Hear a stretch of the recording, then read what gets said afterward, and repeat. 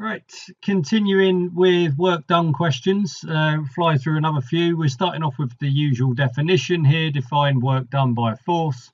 So the work done by a force is equal to the magnitude of the force multiplied by the distance moved in the direction of the force. Moving on to B, figure 6.1 shows a water slide, not to scale, 32 meters high. Total distance along the slide is 120 meters. A person of weight 700 newtons initially at rest at the top slides down. His speed at the end is 15 meters per second. Calculate the kinetic energy at the end of the slide. Right, okay, that's pretty straightforward. So we've got kinetic energy, which is going to be a half times the mass. The mass is going to be 700 newtons divided by g, and then multiplied by v squared.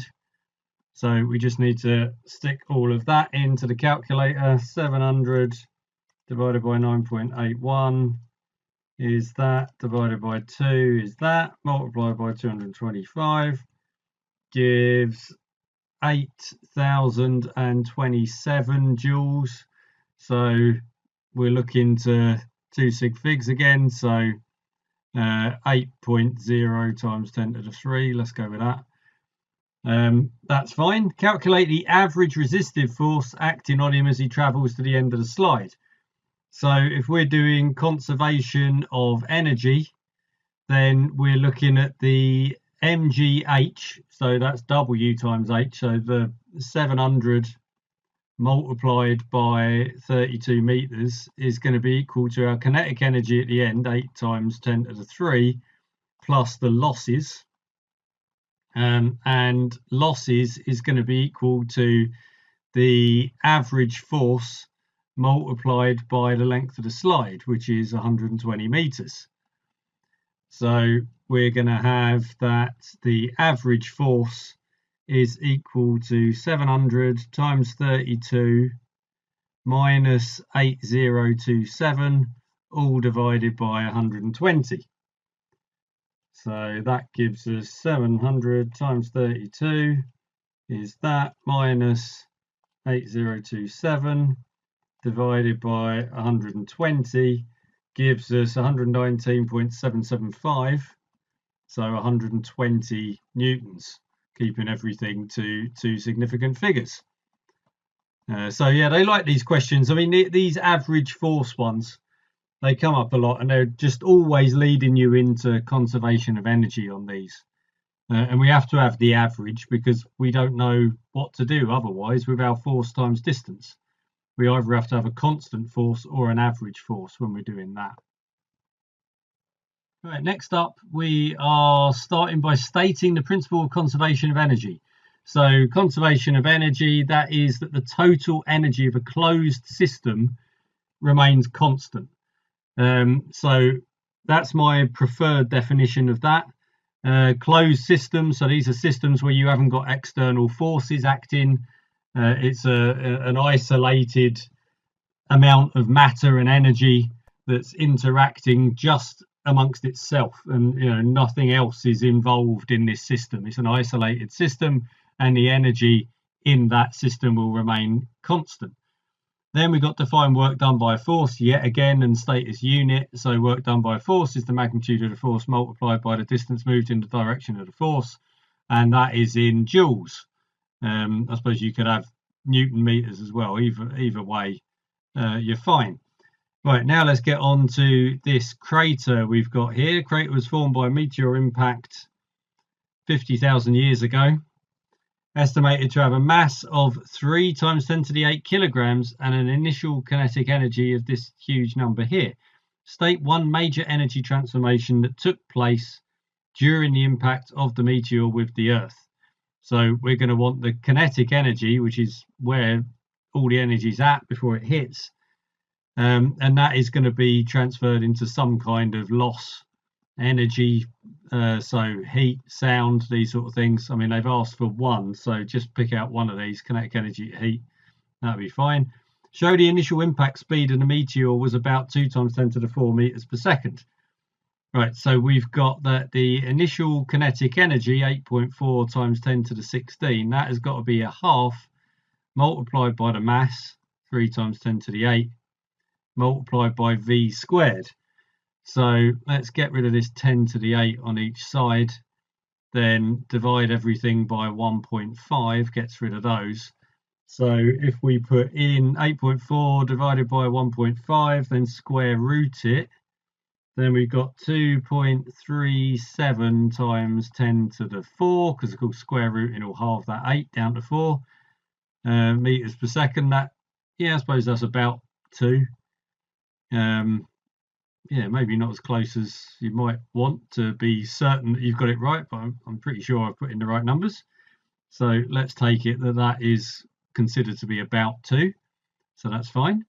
The crater is about 200 meters deep. Estimate the average force acting on the meteor during the impact. So we need to, the work done is going to be the average force multiplied by the distance, which is going to be equal to 8.4 times 10 to the 16, because that's the amount of joules that we've got kicking around. So all we need to do on that is divide this by, if we divide that by 200, so we'll take that down to a 14 for the 2 zeros, and then we divide it all by 2. So 4.2 times 10 to the 14 newtons, just dividing that down. So yeah, so that's all good. Right, so define work done by force. Again, I've said that too many times to be bothered to do it again. Figure 3.1 shows a car travelling up a slope at constant speed. The angle between the slope is 7 degrees, slope and the horizontal. Weight of the car is that. They put that in the picture. We're just seeing what's not there. That's in the picture. That's in the picture. So there's nothing in the text of any interest. What is the net force acting on the car? Explain your answer. Well, it said that it's at constant speed. So it must be 0 because it's constant speed. Constant speed. So that's fine. Calculate the component of the weight of the car acting down the slope.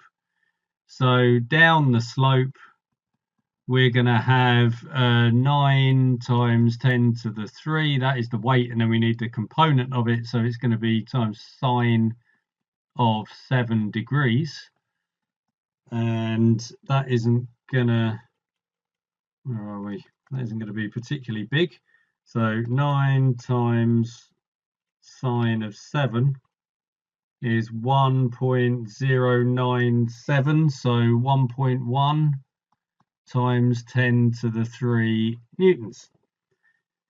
Calculate the work done per second against the resistive force. So the resistive force is 300 newtons. So, and it's moving 18 meters every second, so it's going to be 300 multiplied by 18, so that is 54 with 2 zeros on, and that'd be watts or joules per second, whatever way you want to put it. Calculate the power developed by the car as it travels up the slope. Okay, that's an interesting use of the word developed, but anyway, so what is the power of the car as we're going up the slope?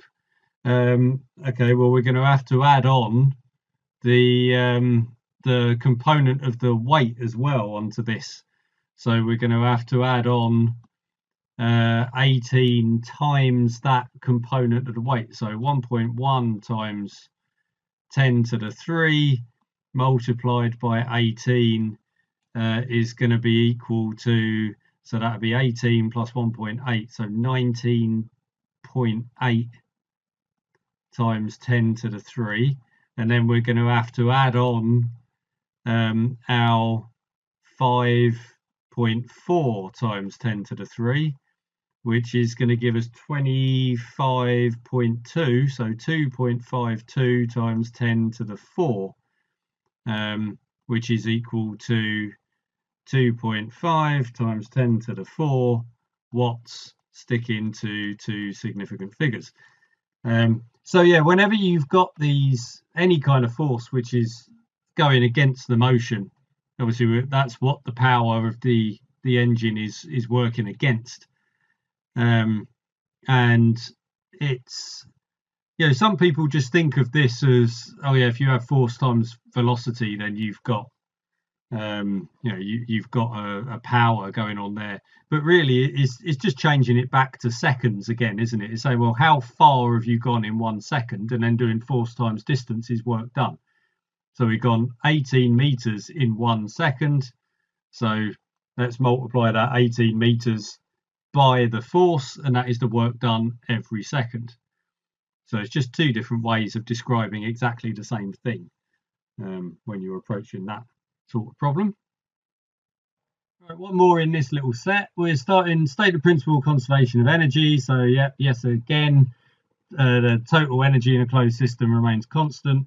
Describe one example where elastic potential energy is stored. So you could say a stretched spring. Let's go with that. But you could have, you know, things with rubber bands and all the rest of it.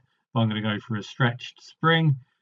Figure 5.1 shows a simple pendulum with a metal ball attached to the end of a string. When the ball is released from P, describes a circular path, maximum speed at the bottom, and it's got a vertical distance h, mass of the ball is m. Right, so there's nothing of interest in that paragraph there. Write the equations for the change in gravitational potential energy of the ball as it drops through height h, and for the kinetic energy of the ball at the bottom of its swing when traveling at speed v. Okay, so gravitational potential energy change is going to be mgh. That's using the letters that they've given, which happen to be the ones that we tend to use anyway. And the kinetic energy is obviously going to be half mv squared. Use the principle of conservation of energy to derive an equation for the speed v. Assume there are no losses. So conservation of energy is going to mean these two things are equal to each other. We can then cancel the m's and then rearrange to get v is the square root of 2gh. So that's a nice starter. Right, in D, some countries in the world have frequent thunderstorms. Right, we're probably offered this pendulum business then. Group of scientists, there's a lot of text here. What are they asking us for? Show the total mass of water deposited in 900 seconds is that. And then the power available. Right, so what are they giving us here for all of these numbers? Now we've got some idea what we're going to want to do. Typical thunderstorm deposits rain to a depth of, we've got a depth and a surface area and a time and a density. Right, so we're going to want the total mass of water in 900 seconds. So the mass in 900 seconds is going to be the volume multiplied by the density. The volume is 1.2 times 10 to the minus 2, because that's the depth, multiplied by the surface area, 2 times 10 to the 7, and the density of water is 10 to the 3. So all in all for that, we've got 2 times 1.2 is 2.4, and then we've got 7 plus 3 is 10 minus 2 is 10 to the 8 kilograms, which is what they wanted. Hence show that the average electrical power available from this thunderstorm is about 2 gigawatts. Right, so we got the mass in 900 seconds. So that's in 900 seconds. So the mass per second is going to be 2.4 over 9 times 10 to the 6 kilograms. That is our mass per second. It's dropped from an average height of 2.5 times 10 to the 3. So our mgh per second is going to be 2.4 over 9 times 10 to the 6 multiplied by g multiplied by 2.5 times 10 to the 3. Okay, that's our mgh per second. And we've got a 30% conversion rate. So our power output, so our power is going to be equal to all of that multiplied by 0.3. Okay, so we'll have 3 times, well, let's just call it 3, and then we can have that as a 3 on the bottom.